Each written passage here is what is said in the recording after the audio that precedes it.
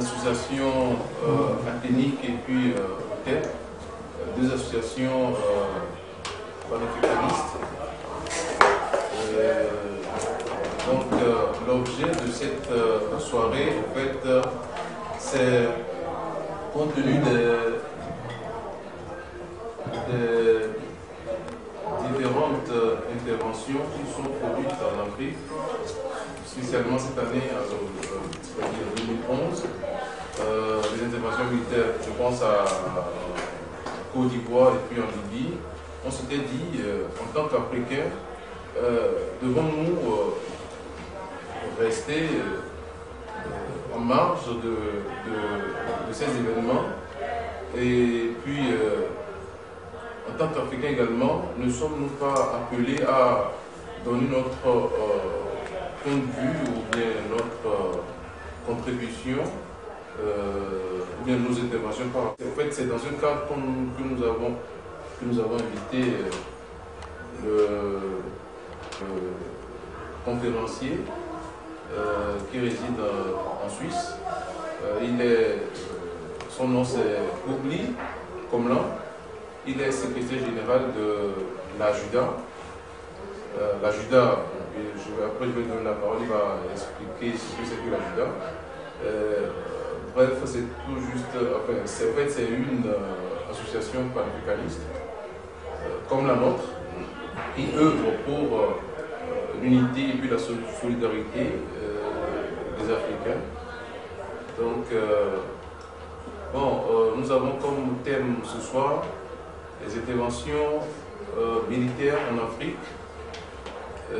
La question, c'est de savoir si ces interventions constituent une nouvelle forme de recolonisation ou bien si ces interventions sont de la continuité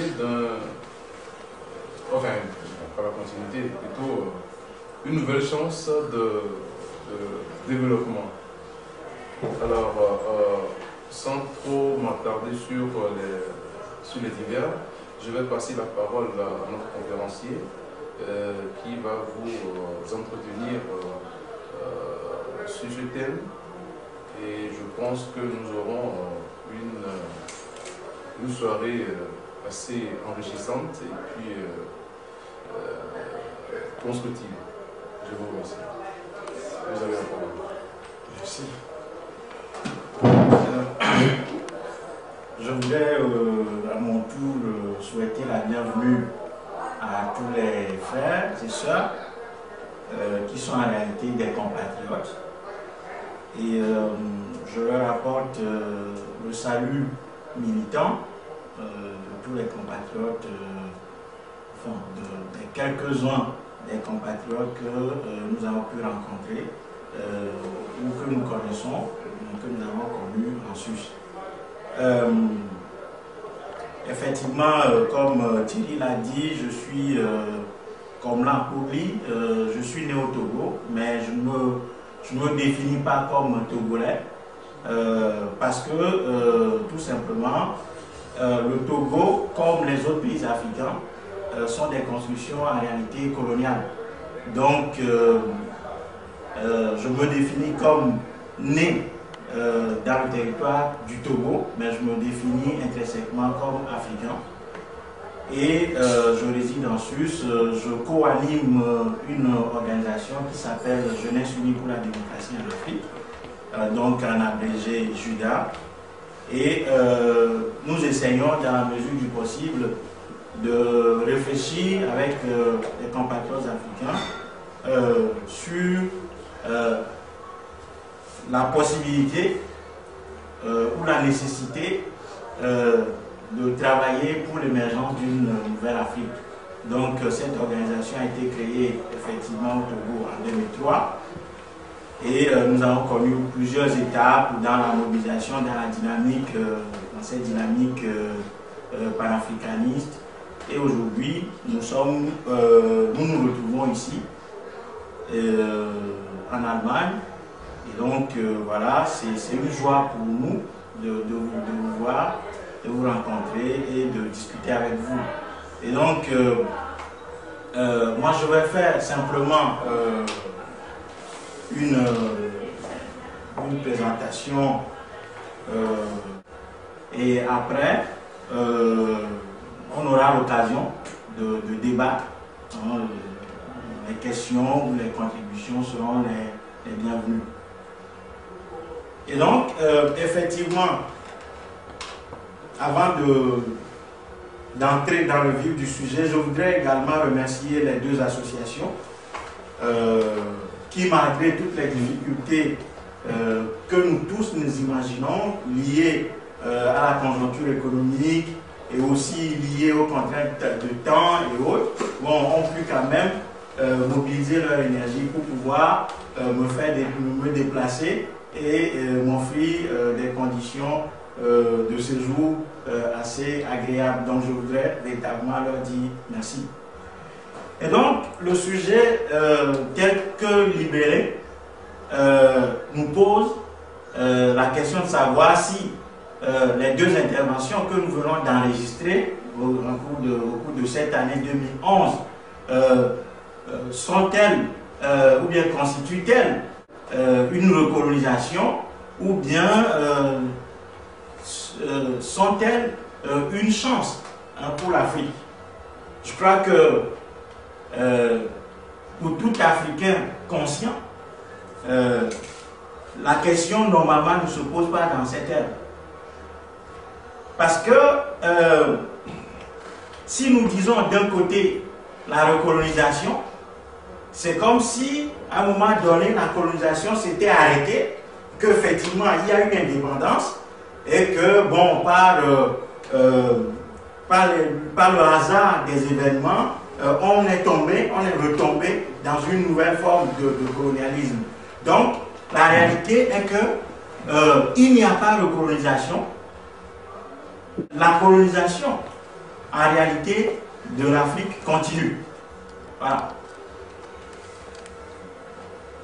Et si nous disons que la colonisation continue, effectivement, en Afrique, ça veut dire que ce qui a été fait, que ce soit en Côte d'Ivoire ou en Libye, ces deux interventions, en réalité, ne constituent pas une chance pour nous. Pour un nouveau débat, puisque en réalité, il n'y a pas eu solution de continuité dans le déploiement de la colonisation en Afrique. Et donc, effectivement, l'Afrique se retrouve confirmée. Donc, en réalité, c'est une confirmation de l'Afrique dans le sillage colonial. Ceci dans la mesure où, lorsque nous revoyons un peu l'histoire de l'Afrique, à partir des années 50 jusqu'aux années 60, qu'est-ce qui s'est passé? Il y a eu effectivement des mouvements populaires qui auraient pu amener l'Afrique à l'indépendance. Mais qu'est-ce qui s'est passé? Les puissances coloniales avaient aussi, dans leur souci de garder la main sur l'Afrique, réfléchi à plusieurs reprises sur la méthode à utiliser pour pouvoir sortir du tout répressif colonial, du pacte colonial, pour s'inscrire dans une dynamique de colonisation beaucoup plus douce, beaucoup plus modérée, mais avec des résultats beaucoup plus affirmés. C'est ainsi qu'on va mettre l'accent sur l'administration. Le système colonial va sortir du tout répressif pour s'installer dans une dynamique d'administration qui va se matérialiser par le renforcement du dispositif scolaire, du dispositif religieux et du dispositif social. Donc, qu'est-ce qu'on va voir? On va voir que progressivement, on va ériger en Afrique une forme d'élite qui va prendre les choses en main, à qui on va confier la responsabilité de jouer en réalité le rôle que les gouverneurs et les préfets locaux jouaient. Et donc, dans cette logique, il y a une littérature formidable qui existe. C'est que, bon, en réalité, nous ne cherchons pas assez. Nous n'avons pas, je dirais, cette attitude d'aller dans la bibliothèque, chercher effectivement notre histoire, ce qui fait que nous ne savons pas en réalité que tout ce que nous disons aujourd'hui a été tout simplement écrit par les puissances, par les auteurs, par des historiens, par des économistes occidentaux. Je citerai à titre d'exemple quelqu'un comme Joseph Valmore, qui avait très tôt vu que la colonisation française allait tout droit dans le mur, en procédant par la répression. Et donc Joseph Valmore va demander par exemple que la colonisation française fasse des réformes, renforce l'outil linguistique, donc le français, et ensuite l'école, pour qu'on érige en Afrique une forme d'élite, qui sera en réalité, selon les termes de Joseph Valmore, des Français en Afrique, qui vont continuer l'œuvre du maître. À part Joseph Valmont, il y a quelqu'un comme Paul Leroy-Beaulieu, qui est un théoricien formidable, un formidable économiste, qui avait aussi demandé effectivement que la France sorte du cadre du tout répressif colonial pour travailler beaucoup plus sur l'administration des colonies. Il y a eu le ministre des colonies de l'époque qui s'appelle Albert Sarraut, qui a écrit beaucoup de choses sur les colonies. Lui aussi demandait la même chose. Il y avait quelqu'un comme Brévier, qui était le gouverneur de l'Afrique occidentale, qui demandait la même chose, en des termes très clairs. Et ces gens-là ont atteint effectivement le résultat. Parce que l'école coloniale en Afrique leur a permis effectivement d'ériger en Afrique ce que, selon les termes même de Brévier, constituait l'élite indigène. Voilà. Et donc cette élite va effectivement jouer ce rôle. Et puisque la logique coloniale, c'était tout simplement d'exploiter, de dominer l'Afrique, de posséder l'Afrique, d'exploiter ses richesses dans le compte de la métropole, eh bien, on avait, je dirais tout simplement, confirmé l'Afrique dans le giron colonial à travers une réforme du système colonial. Et donc, dans cette dynamique de réforme du système colonial, il y avait une forme de télescopage avec ce que, en réalité, les peuples africains voulaient au travers des mouvements dits d'indépendance en Afrique. Et donc, qu'est-ce qui va se passer? La France et les autres puissances coloniales, effectivement, vont procéder par assassinat, par élimination. C'est ainsi qu'on va éliminer tous ceux qui incarnaient ce courant nationaliste, ce courant indépendantiste. Et donc, le premier président démocratiquement élu, porté par ce courant indépendantiste africain, qui est Sylvanus Olympio, va être assassiné le 13 janvier 1963. Le premier ministre qui a été assassiné, et c'était en réalité le premier homme politique en Afrique qui a été assassiné, c'était Patrice Lumumba. Voilà. Donc, on avait assisté ainsi à une forme de freinage de la dynamique indépendantiste en Afrique. On va assassiner tous ceux qui n'étaient pas véritablement capables de faire perpétuer le système colonial. Et donc, quand on va les assassiner, on va mettre à leur place tout simplement des gens qui, effectivement, seront capables de prolonger ce système.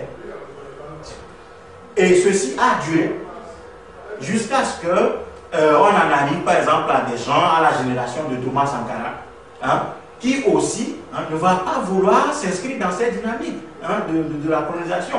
Eh bien, qu'est-ce qui va se passer? On va l'assassiner. Et donc, par assassinat, au Cameroun, par exemple, la répression était féroce. Tous les cadres de l'UPC ont été assassinés matinalement. Et les techniques qui ont été utilisées par la France, par exemple, relevaient tout simplement des techniques nazies. Et Mesmer, Pierre Mesmer, qui était le gouverneur, qui était celui qui a été envoyé pour pacifier le Cameroun, selon le terme en vogue à l'époque, avait dit clairement qu'il avait procédé par des méthodes tout simplement de rassemblement dans des camps, avec des barbelés autour pour pouvoir mieux circoncire la contestation et repérer tous ceux qui animaient ce mouvement à l'époque. Et donc on avait assassiné Oumniobe, on a assassiné Osede Afana, on avait assassiné Ernest Ouandié, et cet élan assassin a continué jusqu'à Genève par exemple, où la France est allée jusqu'à assassiner Félix Mounier par empoisonnement à Genève. Et donc après cette génération, il y a eu la génération effectivement de Thomas Sankara, qui aussi n'était pas dans cette dynamique de colonisation de l'Afrique. Et donc qu'est-ce qui va se passer? On va l'assassiner et on va mettre à la place quelqu'un comme Blaise Compaoré, qui va effectivement remettre le Burkina Faso dans le giron colonial pour que effectivement les choses deviennent normales.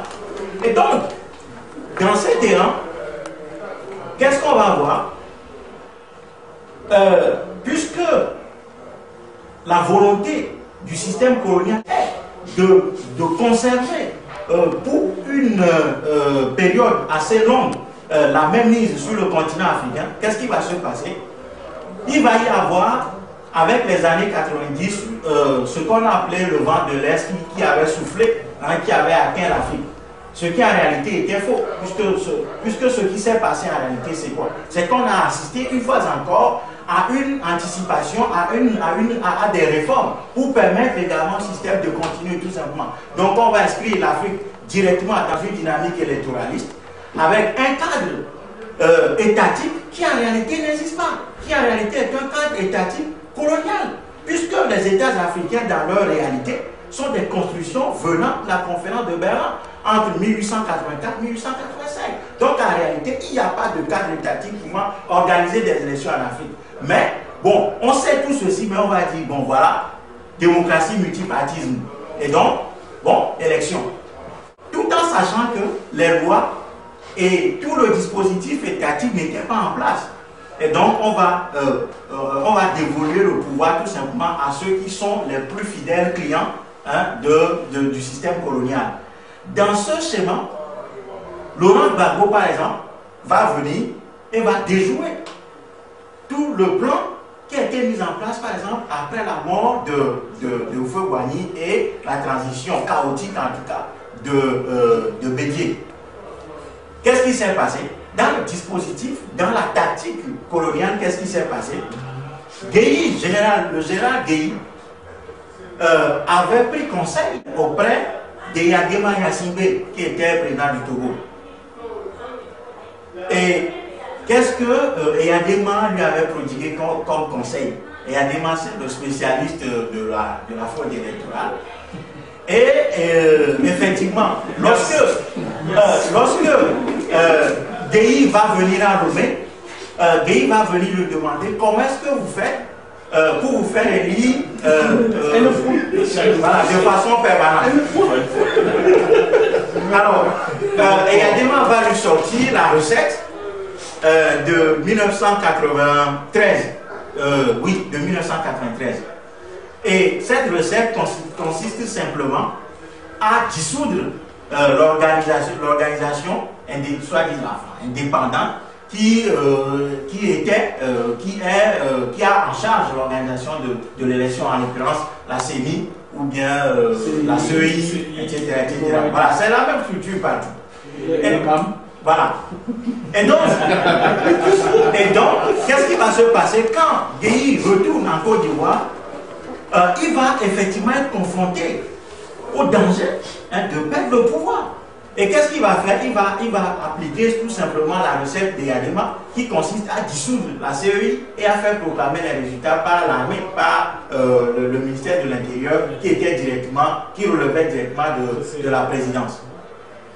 Et malheureusement pour lui, et malheureusement pour ses complices, Laurent Gbagbo n'attendait pas laisser les choses se faire de cette façon.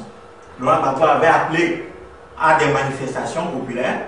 C'est ainsi que l'armée, une partie de l'armée, s'était effectivement penchée en faveur du peuple et avait choisi effectivement que, bon voilà, il y avait une révolution démocratique dans le pays et donc l'armée n'avait pas pour mission de tirer sur la population. C'est ainsi qu'on a dû sortir Guéhi d'Abidjan en hélicoptère et Gbagbo fut installé. Et donc, dans le dispositif colonial, il n'était pas prévu que la dévolution du pouvoir se fasse par le peuple. Ce n'est pas le peuple qui doit mandater les dirigeants. Donc Laurent Gbagbo, quand il était venu au pouvoir, il était venu en contradiction avec le fonctionnement du système. Voilà. Donc déjà, l'avènement, l'élection du pouvoir de Gbagbo créait déjà un problème pour la France. Voilà. Donc, toutes les raisons qu'on va évoquer plus tard ne sont que des additifs. Voilà. Puisque Laurent Gbagbo, dans sa façon d'arriver au pouvoir, il n'était pas coopté. Puisque le système d'élection des régimes au pouvoir en Afrique relevait de la cooptation. C'est la cooptation. Donc, Laurent Gbagbo va fausser ce schéma et va se retrouver dans des difficultés énormes. Donc, quelques mois après son arrivée au pouvoir, qu'est-ce qui va se passer? On va déclencher, on va tenter des coups d'État, on va tenter un coup d'État. Ça n'a pas marché, tout le monde a suivi cette chose. Et finalement, ce coup d'État a été transformé effectivement en une rébellion armée, avec la partition du pays. Bon, ce qu'il faut observer, c'est que Muammar Kadhafi, puisque le thème de la conférence c'est la Libye et la Côte d'Ivoire, il faut faire un rapprochement pour voir que Muammar Kadhafi était arrivé au pouvoir dans les mêmes conditions pratiquement.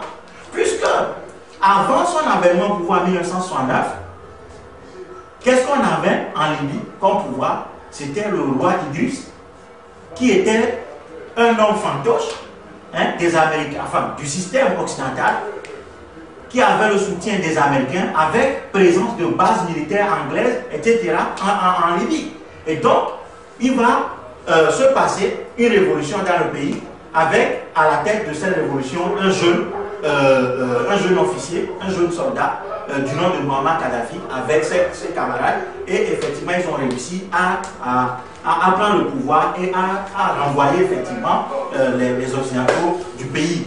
Donc ils ont nationalisé les richesses du pays, ils ont pris des mesures pour pouvoir protéger de façon en tout cas définitive les frontières de la Libye. Et donc on voit que ce soit en Côte d'Ivoire ou en Libye, effectivement, ceux qui sont arrivés au pouvoir n'étaient pas cooptés par le système. Donc ils se retrouvent déjà en problème. Donc Kadhafi, on a tenté à plusieurs reprises de l'assassiner, on n'a pas pu. Mais finalement, bon, puisque le système n'utilise que deux ressorts pour pouvoir survivre, à la fois d'un côté la violence, et si la violence ne marche pas, il y a la ruse. Voilà. Donc, lorsqu'on a tenté à plusieurs reprises d'assassiner Kadhafi et que ça ne marchait pas, bon, on a utilisé une autre méthode pour pouvoir l'avoir en fait compte. Donc, on voit que dans le déploiement de ce système, qui est un système suicidaire, génocidaire, tous les moyens sont bons. Tous les moyens sont bons. Laurent Gbagbo va réussir quand même à déjouer un certain nombre de pièges, mais à la fin, on avait prévu de toutes les façons de l'éliminer du jeu. Et donc, lorsque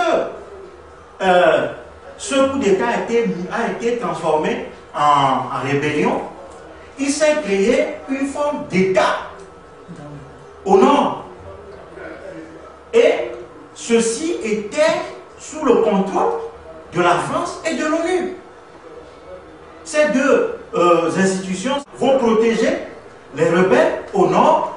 Ils ont installé un système d'impôts qui leur permettait effectivement de racketter la population, d'exploiter des mines d'or, et ils exploitaient effectivement de l'or, ils extrayaient de l'or du sol de la Côte d'Ivoire et ils mettaient ce or dans les avions de l'ONU qui transitaient par le Ghana et qui finalement atterrissent à Anvers, ici en Belgique, et ce or est vendu en Belgique et l'argent de ce or servait à acheter des armes qui sont ensuite transportées dans les avions de l'ONU et données aux rebelles en attendant le jour J pour qu'on dégomme effectivement le Rwanda. Et donc ce système a perduré jusqu'à ce que effectivement on est parvenu à chasser Laurent Gbagbo du pouvoir. Et donc, nous pouvons dire simplement que ce qui se passe en Afrique ne relève pas de la recolonisation. Ce qui se passe en Afrique relève tout simplement de la continuation de la colonisation avec des méthodes beaucoup plus douces, hein, en tout cas en direction ou bien à l'égard de la masse. Voilà. C'est-à-dire que j'ai cité tout à l'heure les outils qui ont été, je dirais, surélevés au détriment de la répression coloniale, du parti colonial qui était un parti beaucoup plus rigide, beaucoup plus agressif, au profit d'un dispositif allégé qui va tourner autour essentiellement de l'école de la religion, du renforcement de l'apprentissage de la langue, hein, et aussi de tout ce qu'on peut appeler aujourd'hui le système médiatique, hein, les médias, RFI, BBC, CNN, tout ça, hein, qu'on ingurgite, hein, qui façonne notre façon, hein, de voir les choses, hein, qui nous présente l'Afrique comme un continent déjà fait, hein, avec des États, bon, et que ce sont simplement les institutions qui ne marcheraient pas.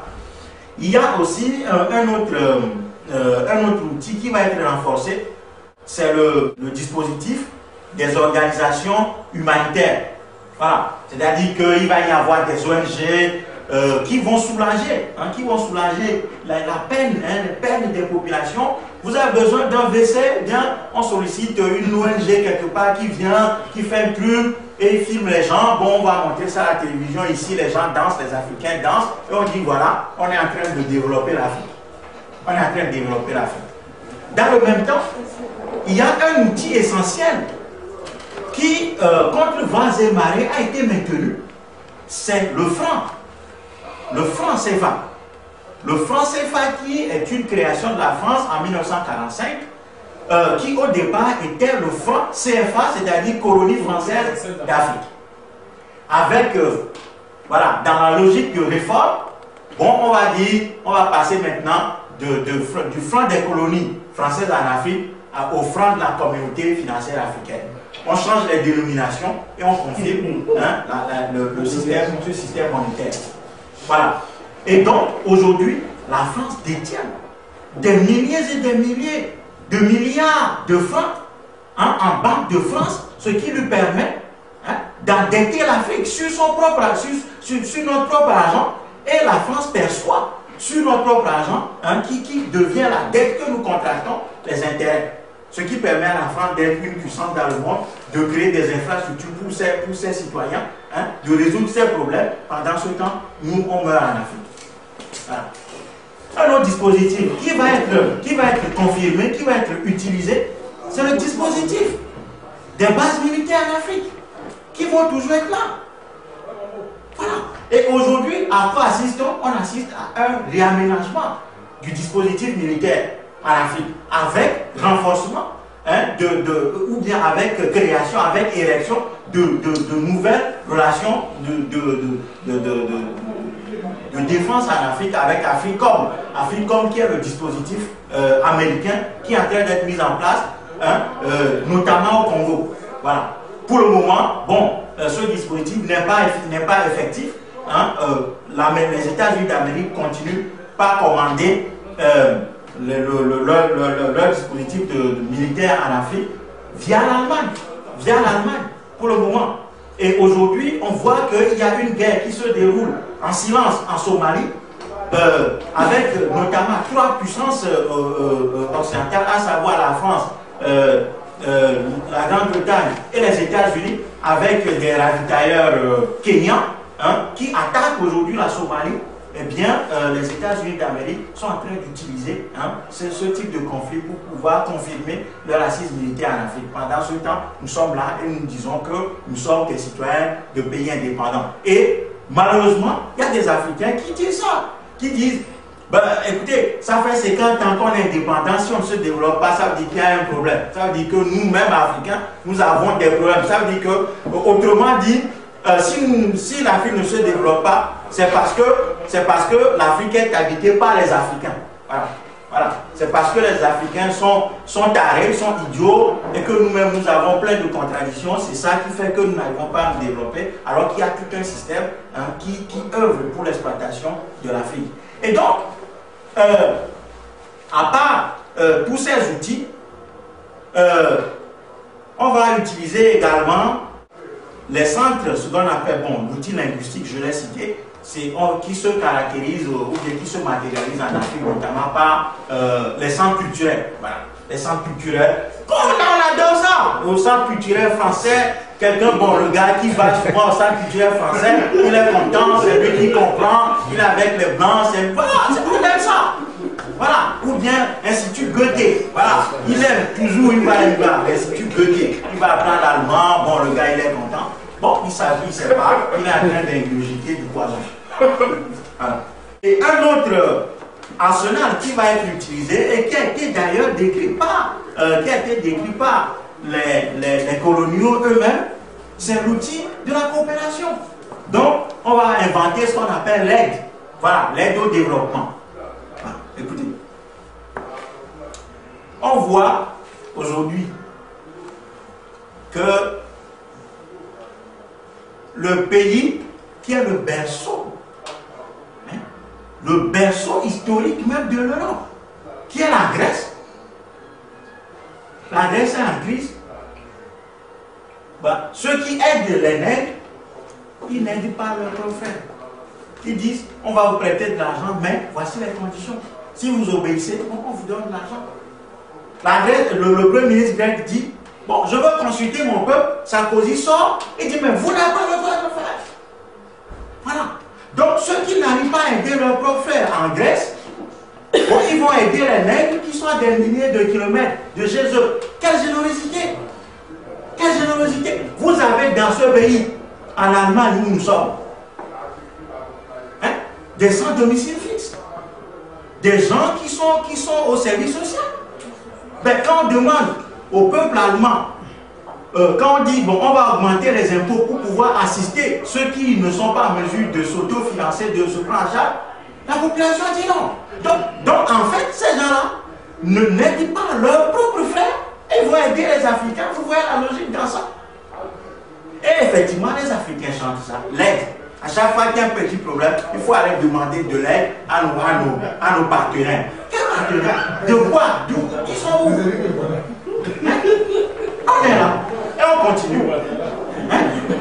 Et donc, on va faire émerger quelqu'un comme Ouattara. On va faire émerger quelqu'un comme Ouattara. Monsieur a passé toute sa vie à servir les institutions qui pillent l'Afrique. Hein? La BCAO, l'UMOA. Hein? Ça n'a pas suffi. Monsieur va, il devient directeur général Afrique du FMI. Bon, c'est au travers de sa personne que tous les programmes d'ajustement structurel ont été appliqués en Afrique. Bon, monsieur, on le sort de la naphtaline, il vient, il s'asseye, il veut devenir président. Il dit que le pays ne va pas bien. Alors que c'était toi qui étais, quand tu étais au FMI, c'est toi qui fais que l'Afrique n'allait pas bien. C'est au travers de ta personne que l'Afrique n'allait pas bien. On a endetté l'Afrique. Hein? Et puis, ces dettes-là n'étaient pas des dettes qui ont servi à quoi que ce soit. Hein? Ce sont des dettes qui ont été contractées pour s'acheter des armes contre nous. Hein? Et bon, on nous force maintenant à payer. Voilà. Donc, on va ériger quelqu'un comme Ouattara. Et le même Ouattara, enfin, c'est que ce type de personnage, on va le voir aussi en Libye, au travers des gens du CRT. Voilà, c'est la même méthode. Donc, on va ériger quelques-uns qui seraient tels qu'on qualifie du centre de la démocratie, qui étaient voilà, des révolutionnaires, bon, qui étaient en réalité des fabrications, hein, des robots hein, qu'on allait mettre à de Kadhafi. Parce que bon, il fallait quelqu'un qui soit beaucoup plus doux, beaucoup plus capable, beaucoup plus souple hein, dans le déploiement de ce dispositif. Voilà, qui consiste tout simplement à piller l'Afrique et à installer les Africains dans le registre permanent hein, de l'assistance et de la souffrance et de la misère. Donc, ce qui s'est passé dans ces deux pays, ces interventions, sont la matérialisation hein, de ce que, en réalité, la colonisation n'a jamais pu faire en Afrique. Tout simplement. Pierre Fontaine, qui est l'un des pères fondateurs de l'Alliance française, qui se transforme aujourd'hui en francophonie, bon, tout ça. Bon. Alors, Pierre Fonsin dit ceci à propos de Béhanzin. Il dit que lorsque un pays comme la France entreprend la construction d'un empire, le moindre signe de faiblesse peut être vu comme un aveu d'impuissance par les indigènes. Et donc, puisque il y a un certain nombre de rois africains qui ne se soumettaient pas, en l'occurrence Béhanzin, il fallait que la France passe clairement la carte, hein, et l'élimine. Voilà, il faut utiliser la méthode forte pour montrer que nous n'accepterons jamais, ou bien nous n'accepterons pas qu'il y ait en Afrique des dirigeants qui osent nous tenir tête. Voilà. Et donc, Gbagbo, quand Gbagbo dit nous n'avons pas, ou bien la Côte d'Ivoire n'est pas une sous-préfecture de la France, ou bien Laurent Gbagbo qui refuse par exemple d'honorer à l'invitation du 14 juillet, ou bien Laurent Gbagbo qui sort, qui dit que franchement, nous n'en pouvons plus au sein de l'Union africaine parce que dans les coulisses des conférences, il y a plus de Français que d'Africains qui nous disent vous devez faire ci, vous devez faire ça. Ben, effectivement, la France ne peut pas l'accepter. Voilà, la France ne peut pas l'accepter. Et donc, il fallait nécessairement ôter Gbagbo du pouvoir pour mettre à sa place quelqu'un qui soit capable effectivement d'être véritablement souple un béni, oui, en fait, voilà, qui va confirmer la Côte d'Ivoire, qui va refaire, qui va retourner, qui va replonger la Côte d'Ivoire dans le bain même colonial. Hein? Et donc, le 16 novembre dernier, le ministre de la Défense de la France, en la personne de Gérard Longuet, devant les journalistes de la Défense, il dit que si Ouattara, il dit testo, si Ouattara était arrivé au pouvoir un peu plus tôt, hein, le réaménagement du dispositif militaire français qui est en train d'être opéré ne serait pas confirmé au Gabon, à Libreville, mais ce serait déplacé, que la France aurait pu déplacer ce dispositif à Port-Louis en Côte d'Ivoire. Voilà, ça veut tout dire. Voilà, ça veut tout dire. Voilà, si Ouattara était arrivé au pouvoir un peu plus tôt, la base militaire française au Gabon aurait dû être déplacée, hein, en Côte d'Ivoire. Voilà. Ouais. Donc, c'est dans ça que nous sommes aujourd'hui. Donc, la colonisation continue. Et donc, puisque la colonisation continue, on ne peut pas dire qu'il s'agit, ou bien on peut plus, la question de la chance ne se pose plus. Voilà, puisque la colonisation n'a jamais été une source de bonheur pour nous. Ça n'a jamais été une chance pour nous. La colonisation, plutôt, nous a totalement anéantis et nous a confirmés, hein, dans la misère et dans la soumission, dans la dépendance. Et donc, ceci m'amène en réalité, eu égard à notre fonctionnement, à poser une question, ou bien à attirer notre attention sur un concept ou une notion qui est souvent ignorée ou en tout cas oubliée par les Africains. C'est la notion du danger. Voilà. La notion du danger. Qu'est-ce que le danger? Est-ce que les Africains sont conscients du danger qui les guette? Est-ce que nous sommes conscients en tant que peuple que nous sommes, avec tout ce qui se passe, en train de tendre vers la disparition? Ou bien croyons-nous tout simplement que, bon, puisque maintenant on est passé de 850 millions d'Africains à 1 milliard, donc bon, voilà, rien ne nous menace, il n'y a pas de menace qui pèse sur nous. Autrement dit, il y a des gens par exemple qui nous disent, bon, écoutez, nous on est en Europe, de toute façon on y est et on y restera. Rien ne nous menace. Voilà, il n'y a pas de problème, le métissage est confirmé, donc c'est fini, il n'y a plus rien à craindre. Je rappelle simplement que les Juifs étaient aussi en sécurité, hein. Ils se croyaient même plus sécurisés que les nationaux ici. Jusqu'au jour où Hitler va surgir. Et plus jamais les Juifs n'auront de paix. Voilà. Donc si les Africains croient que bon, le monde c'est un temple, c'est une église où tous les peuples peuvent venir s'embrasser et que bon, il n'y a pas de danger qui nous menace et que bon, voilà. Non, écoutez, c'est pas tout le monde qui est mauvais. Eux tous, ils ne sont pas mauvais. Il y a des bons dedans. Bon, Et donc, bon, rien ne nous menace, on se laisse aller. Nous allons tendre vers la disparition. Voilà. Et il y a des plans. Ceci a été matérialisé en Afrique du Sud, dans les années d'apartheid. Ces puissances occidentales ont doté l'Afrique du Sud des armes biologiques et chimiques contre le peuple noir. Il y a des armes qui ont été fabriquées en Afrique du Sud qui ne réagissent qu'au contact de la mélanine, de la peau noire. C'est-à-dire que des gens allaient dans un hôpital. Vous croyez que, bon, voilà, le médecin, il prend le même vaccin dans le même, dans le même tube. Il y a un blanc et un noir, on les émile à un blanc. Bon, lui n'a rien, mais le noir, lui, il a des problèmes. Bon, l'histoire de la grippe H1N1 en France. La France a commandé 50 millions de doses. On n'a utilisé que 5 ou 6 millions. Le reste se trouve au Cameroun aujourd'hui. Hein? Paul Biya, le blanc. Notre peuple ne souffre pas de grippe H1N1 au Cameroun. On le prend et on paye pour les on paye au laboratoire. Et bon, maintenant on va gongonner. On dit bon, on veut, il y a un vaccin, bon, on veut vacciner la population. Les vieux, bon, on ne sait rien. Nos universités, il n'y a pas de laboratoire, on va rien tester, on vient. Bon, les gens croient que, bon, on dit, ah, ce vaccin, bon, ça soigne les reins, ça soigne les trucs. Les vieux, bon, ils viennent. On les vaccine. Les gars, ils prennent des maladies. Voilà. Donc, nous tendons vers l'extermination. Les gens là sont en train, dans leur fonctionnement, de nous exterminer. Ils sont en train de nous exterminer. Le simple fait même qu'on est au pouvoir en Afrique, des gens comme Fonya Simbe, Paul Biya, Bozizé, Ouattara aujourd'hui, des gens du CNT, etc. Toute cette bande hein, de racailles, toute cette ce laquelle, hein, ça montre effectivement que ces gens-là ont en tête de nous exterminer. Voilà.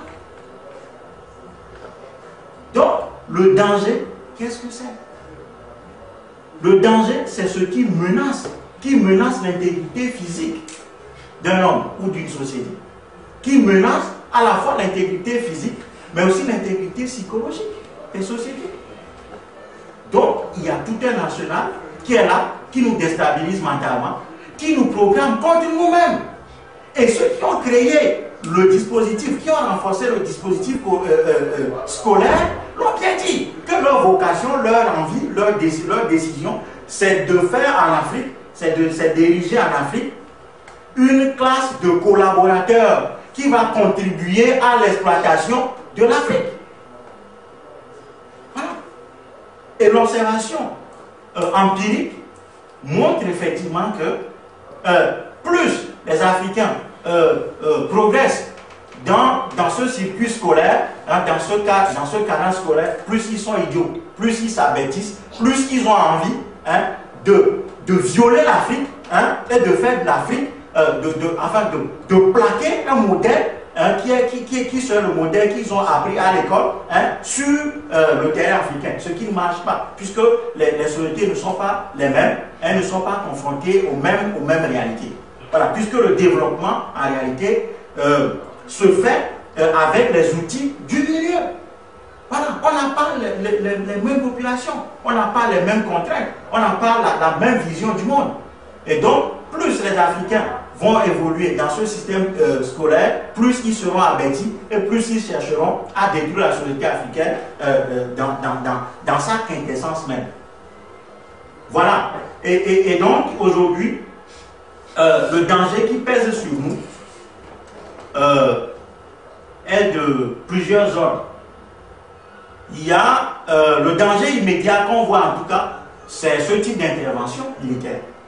Où, bon, voilà, on peut arriver dans un pays sous prétexte d'apporter la démocratie et les droits de l'homme, bombarder la population, assassiner les dirigeants qui ne correspondent pas au profil qu'on veut, et détruire les infrastructures, retarder ainsi hein, tout ce qui a été fait, hein, faire en sorte qu'il n'y ait pas de modèle surtout, voilà, qu'il n'y ait pas de modèle endogène en Afrique qui puisse inspirer les Africains. Voilà, il faut toujours qu'ils se réfèrent à des modèles exogènes.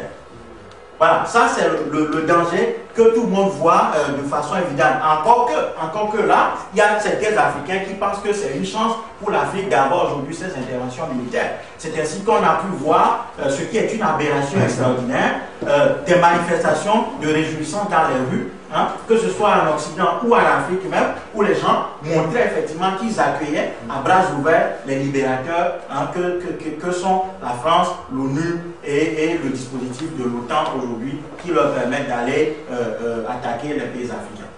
Quand un peuple en arrive à acclamer ses bourreaux, à les élever au rang de libérateurs, ça veut dire que psychologiquement il y a quelque chose qui ne va pas. Voilà. Ça veut dire que psychologiquement il y a quelque chose qui ne va pas. Bon. Donc, outre ce danger, il y a ce que je viens de mentionner qui est le danger, par exemple, sur le plan sanitaire et sur le plan santé, où on nous apporte des vaccins, hein, des trucs de tous ordres, on ne sait pas. Bon, on est là, on va seulement se faire vacciner. Nous ne savons pas. Bon. Il y a le danger des aliments, le danger alimentaire. Aujourd'hui, les OGM qui sont déversés en Afrique. Et dans ce même créneau, qu'est-ce qui se passe? Je lisais le Jeune Afrique. Bon, ça m'arrive de lire Jeune Afrique. Encore que Jeune Afrique, c'est... Tout le monde sait ce que c'est. Il ne faut pas dépenser de l'argent pour ça. Je lisais Jeune Afrique de cette semaine. Et j'ai vu, il y a une interview là-dedans, l'interview de Monsieur Afrique de la Chine. Voilà. La Chine aussi a Monsieur Afrique maintenant.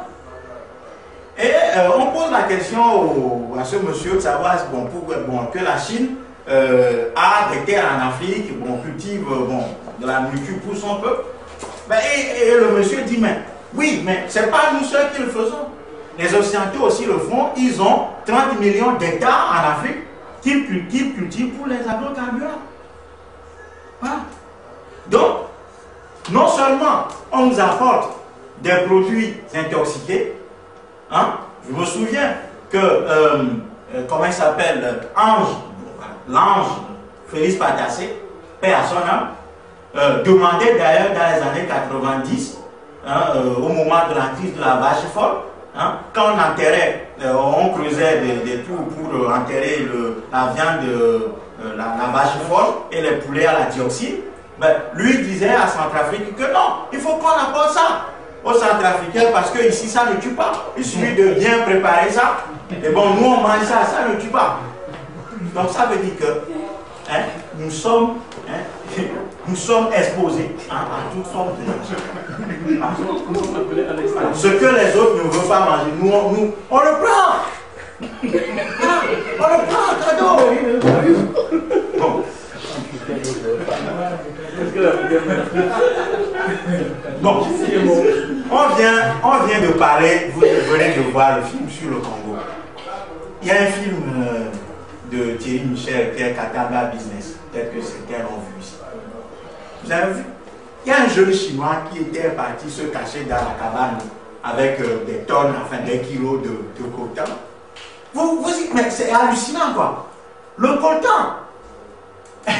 Mais tout le monde peut venir le prendre comme ça en fait. C'est hallucinant. Donc nous sommes dans notre environnement, nous ne maîtrisons rien du tout. Voilà, nous ne maîtrisons rien du tout. Des gens peuvent venir prendre ce qu'ils veulent en Afrique. On est là. Hein? Ils prennent nos matières premières stratégiques. On est là, on dort. On ne sait pas ce qui se passe. Hein? C'est dangereux. C'est dangereux. Hein? Le danger en réalité, comme il s'agit de quelque chose qui menace l'intégrité physique et psychologique d'une société ou d'une personne, normalement, les animaux sauvages même ont ce qu'on appelle l'instinct de survie. Voilà, ils ont l'instinct de survie. À l'observation, les Africains n'ont même plus l'instinct de survie. C'est que ce que les animaux sauvages ont, le système colonial a réussi à extirper cela de notre vie. Ça veut dire quoi? Ça veut dire que face à un danger, qu'est-ce qui se passe? Il y a certains animaux qui ont développé des tactiques de survie. C'est-à-dire qu'il y a certains animaux qui ont appris à courir vite face au danger pour pouvoir éviter de mourir, ou bien d'autres ont développé l'agressivité, donc de passer à l'attaque face à un danger, ou d'autres réagissent collectivement en meute ou en groupe pour pouvoir survivre. Hein? Les loups et les hyènes, par exemple, chassent en meute et en groupe. Bon, non. Nous, Africains, quand on voit un Africain avoir... Non, on s'en fout. Ça veut dire que nous n'avons même plus la capacité de défendre nos vies, de défendre notre vie collectivement. Hein? C'est-à-dire l'instinct animal, ce qui est la base même de la vie animale, le dispositif colonial a réussi à extraire ça des Africains. Voilà. Et donc, face au danger, qu'est-ce qu'on fait? Il y a certains Africains qui, tout en sachant ou bien n'étant pas conscients qu'il s'agit du danger, ils acclament le danger, ils sont contents. On est content de nous faire humilier, de nous faire traiter de toutes les façons humiliantes possibles. Et il y a des gens qui sont d'accord. Voilà, il y a une catégorie d'Africains qui acclament nos bourreaux, qui les soutiennent contre nous. Voilà.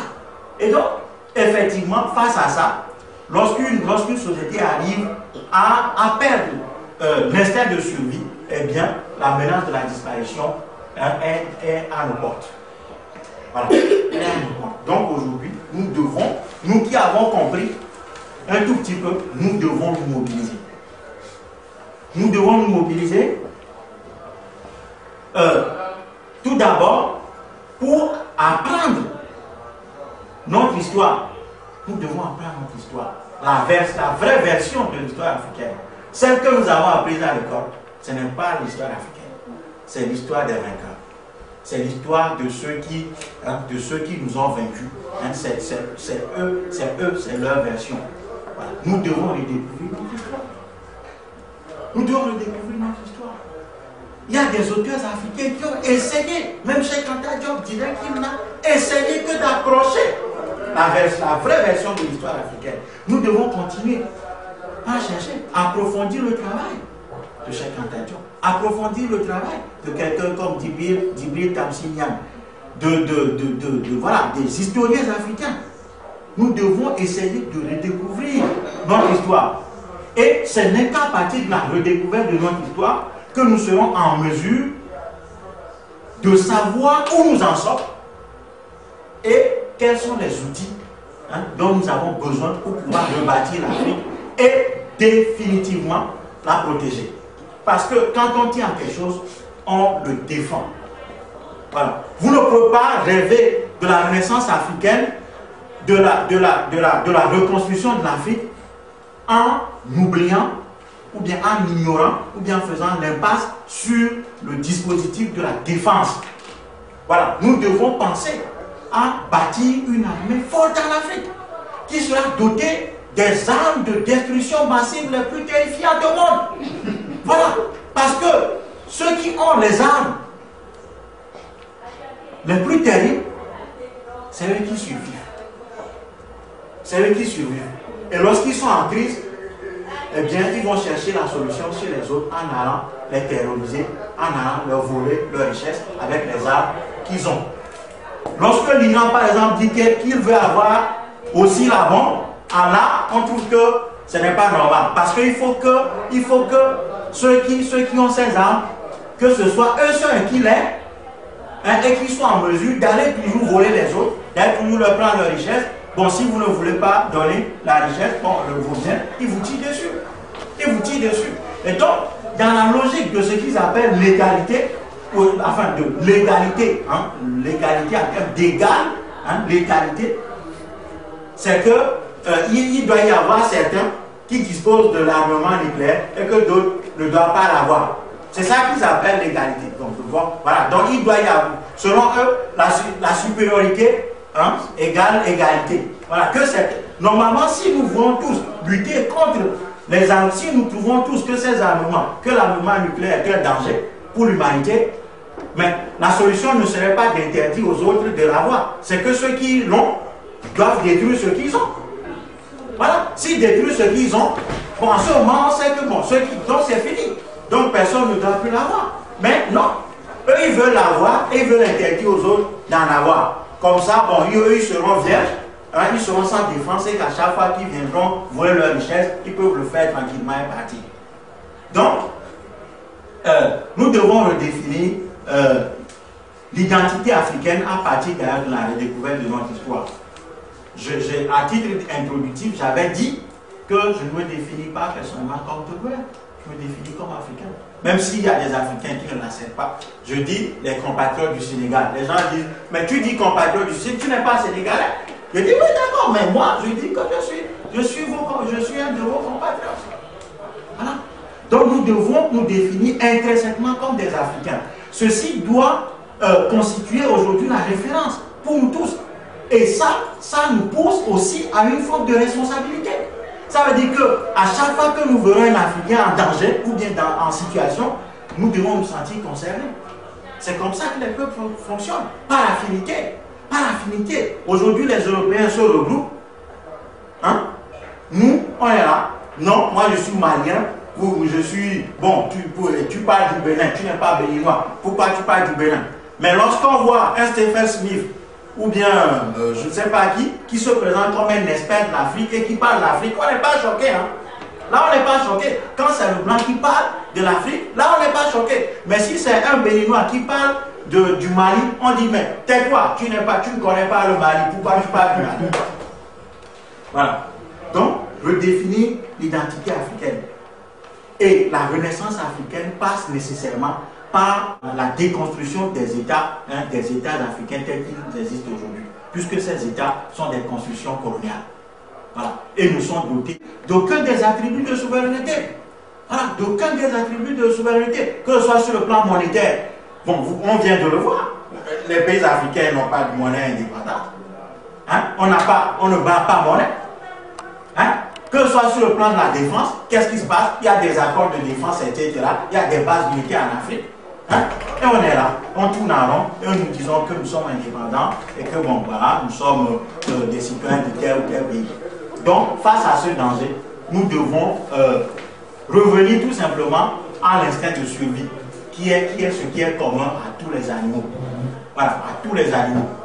Voilà. On attrape un petit espion en Iran, mais dans les rues occidentales, tout le monde marche.